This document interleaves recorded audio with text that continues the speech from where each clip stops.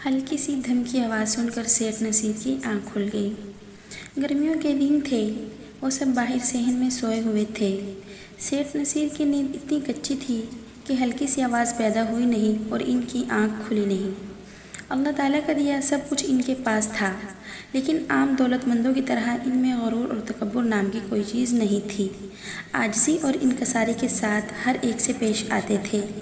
اللہ تعالیٰ کے راستے میں خرچ کرنے میں کبھی بخل سے کام نہیں لیتے تھے۔ آدھی رات کا وقت تھا جب ان کی آنکھ ہلکی سی دھم کی آواز سے کھلی۔ انہوں نے اس طرف دیکھا جدھر سے آواز آئی تھی۔ 4 لمبے تڑنگے نقاب پوش ان کی طرف آ رہے تھے۔ کون ہیں آپ؟ ان کے منہ سے نکلا، حالانکہ وہ جان گئے تھے کہ یہ ڈاکو ہیں۔ ہم ایک نے سرگوشی کے انداز میں جواب دیا، تو باقی سب نے آہستہ سے شیطانی انداز میں کہکا لگایا، وہ ہیں جو اس وقت یعنی آدھی رات کو کسی کے گھر میں داخل ہوتے ہیں۔ مجھے امید ہے کہ تم ہمارا مقصد سمجھ گئے ہوں گے، پہلے نے بات کھل کر کی۔ آپ کیا چاہتے ہیں؟ سیٹھ نصیر نے پوچھا۔ صرف یہ کہ تجوری کی دولت چپ چاپ ہمارے حوالے کر دو، ورنہ، پہلے نے بات ادھوری چھوڑ کر جیب سے ایک بڑا سا پستول نکالا اور انہیں نشانے پر لے لیا۔ باقی نقاب پوشوں نے بھی اس کی تقلید کی۔ اس دوران گھر کے دوسرے لوگ بھی جاگ چکے تھے۔ وہ یہ منظر دیکھ کر خوفزدہ ہو گئے۔ ان کی تو جیسے رگی بن گئی تھی۔ ٹھیک ہے، میں تمام دولت دینے کو تیار ہوں، لیکن مجھ سے ایک وعدہ کرنا ہوگا۔ وعدہ؟ کیسا وعدہ؟ ان چاروں کے منہ سے حیرت کے انداز میں نکلا۔ وہ یہ کہ تم لوگ میری چند باتیں سنو گے، سیٹھ نصیر نے کہا۔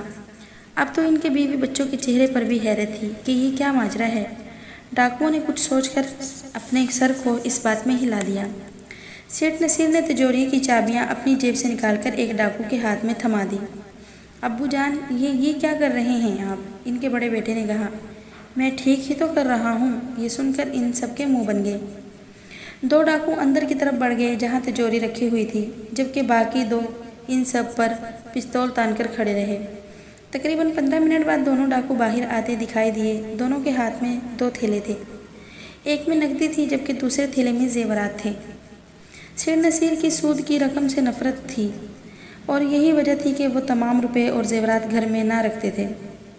آج پہلی مرتبہ ڈاکو ان کے گھر میں گھسے اور انہوں نے پیسے بھی رکھے تھے اور سب کچھ لوٹ کر لے جا رہے تھے۔ سسکیوں کی آواز سن کر سیٹھ نصیر نے پیچھے مڑ کر دیکھا تو ان کے بیوی بچے رو رہے تھے، لیکن ان کے چہرے پر بلا کا سکون تھا۔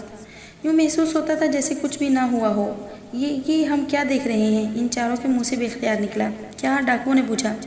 یہ کہ آپ کے گھر والے تو رو رہے ہیں، لیکن آپ کے چہرے کو دیکھ کر یوں محسوس ہوتا ہے جیسے کچھ ہوا ہی نہ ہو، حالانکہ بہت کچھ ہو چکا ہے، ایک نے کہا۔ دراصل بات یہ ہے کہ اللہ تعالیٰ کا وعدہ ہے کہ جو شخص اپنے مال کی زکوٰۃ ادا کرتا ہے وہ مال کبھی بھی ضائع نہیں ہو سکتا، اس لیے میں مطمئن ہوں۔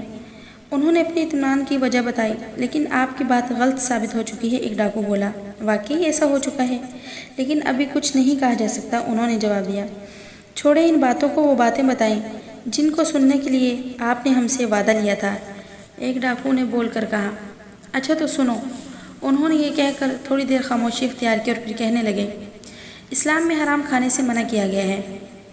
تم لوگوں کو یہ باتیں کڑوی لگیں گی، لیکن تمہیں سننی ہوں گی، کیونکہ تم لوگ اس بات کا وعدہ کر چکے ہو کہ اچھا تو حرام مال وہ ہوتا ہے جو ناجائز طریقے یعنی لوٹ مار کے کسی کو دھوکہ دے کر یا رشوت لے کر کمایا جائے۔ اگر کسی کے پیٹ میں حرام کا لقمہ چلا جائے اور احساس ہونے پر اگر وہ توبہ نہ کرے تو اس پر جنت حرام اور دوزخ اس کا ٹھکانہ ہوتا ہے۔ انسان روکھی سوکھی کھا لے لیکن حرام کا ایک لقمہ بھی نہ کھائے۔ قرآن مجید میں اللہ تعالیٰ فرماتے ہیں، اے ایمان والو، ان حلال چیزوں کو کھاؤ جو ہم نے تمہیں عطا کی، جائز طریقے سے کسی کو دکھ دیے بغیر۔ نبی اکرم صلی اللہ علیہ وسلم کا ارشاد ہے کہ حلال رزق سے کھاؤ، نیک عمل کرو۔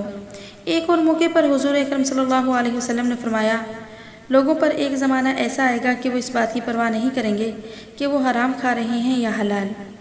وہ گوشت جنت میں کبھی داخل نہیں ہوگا جو حرام مال سے پلا ہو۔ ہر وہ گوشت جو حرام مال سے پلا ہے وہ اس قابل ہے کہ اس کو آگ میں ڈال دیا جائے۔ حلال کمانا بھی فرائض کے بعد فرض ہے۔ بہترین کمائی وہ ہے جو انسان اپنے ہاتھ سے کمائے۔ مزدور اللہ تعالیٰ کا دوست ہوتا ہے۔ اللہ کی نظر میں بہترین انسان وہ ہے جس کی ذات سے کسی دوسرے انسان کو نقصان نہ پہنچے۔ ڈاکو حیرت سے منہ کھولے سیٹھ نصیر کی بات سن رہے تھے۔ جب وہ سانس لینے کے لیے رکے تو وہ یوں بڑبڑا اٹھے جیسے نیند سے بیدار ہوئے ہوں۔ اب چند واقعات سن لو۔ انہوں نے پھر بولنا شروع کیا تو ڈاکو خاموشی سے سننے لگے۔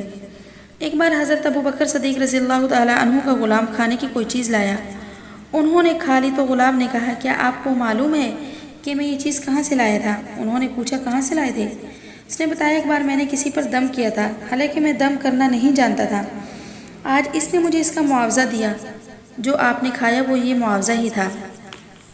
یہ سن کر حضرت ابو بکر صدیق رضی اللہ تعالیٰ عنہ کا رنگ فک ہو گیا اور جلدی سے کہہ کر دی، جس سے وہ کھائی ہوئی چیز باہر نکل گئی۔ ایک مرتبہ حضرت عمر فاروق رضی اللہ تعالیٰ عنہ کو کسی نے دودھ دیا۔ انہوں نے پیا، اچھا لگا تو اس سے پوچھا، تم یہ دودھ کہاں سے لائے تھے؟ اس شخص نے بتایا، یہ دودھ زکوٰۃ کے اونٹوں کا تھا۔ یہ سنتے ہی انہوں نے منہ میں ہاتھ ڈال کر کہہ کر دی، کیونکہ وہ دودھ ان کے لیے حرام تھا۔ حضرت عمر رضی اللہ تعالیٰ عنہ فرماتے ہیں، جس شخص نے 10 درہم کا لباس خریدا اور ان میں سے 1 درہم حرام کا تھا تو اللہ تعالیٰ اس شخص کی نماز اس وقت تک قبول نہیں کرتے جب تک وہ لباس اس کے جسم پر رہے۔ وہ ڈاکو سکتے کے عالم میں کھڑے یہ باتیں سن رہے تھے۔ آخر ان میں سے ایک بولا، ہم نے پہلی بار اپنی زندگی میں یہ باتیں سنی ہیں، پہلے تو کسی نے نہیں بتایا۔ کوئی آپ کو کیسے بتاتا؟ کبھی آپ نے نماز بھی ادا کی ہے؟ سیٹھ نصیر نے پوچھا۔ نہیں، چھوٹے سے تھے کہ برے لوگوں میں شامل ہو گئے۔ ویسے ایک بات بتاؤ، کیا تمہاری زندگیاں پرسکون ہیں؟